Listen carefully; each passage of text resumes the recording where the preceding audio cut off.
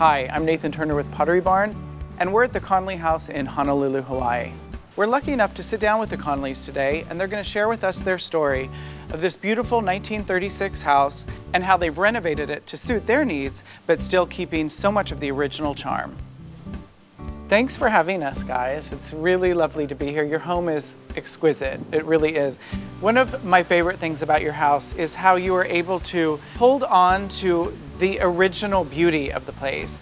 Our goal was to do some new areas to the house, update it, and we didn't want people to see the seams when they came in. We didn't want them to realize this was a new part, and that's the old part. And Herb was the one who worked a lot on the plans for that.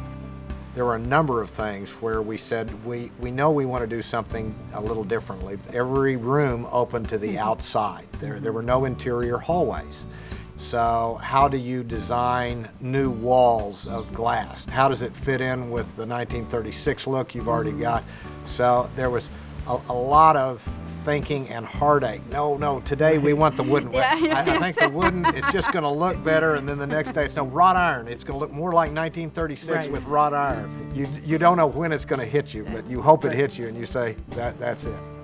In the living room, the ceiling was just drywall, and we started carefully taking down the drywall, and a full plank koa ceiling was underneath. It was just so beautiful.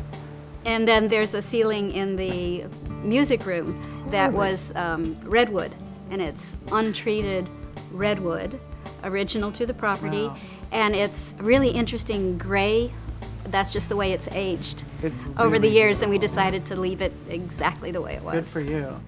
I'd love to chat with you about how you took the history of the house and adapted it to your own needs and how you live, and which isn't an easy feat to do. There were, at least 3 things that were really important for us in redoing the house. We wanted to keep the character of the home. That was probably number 1.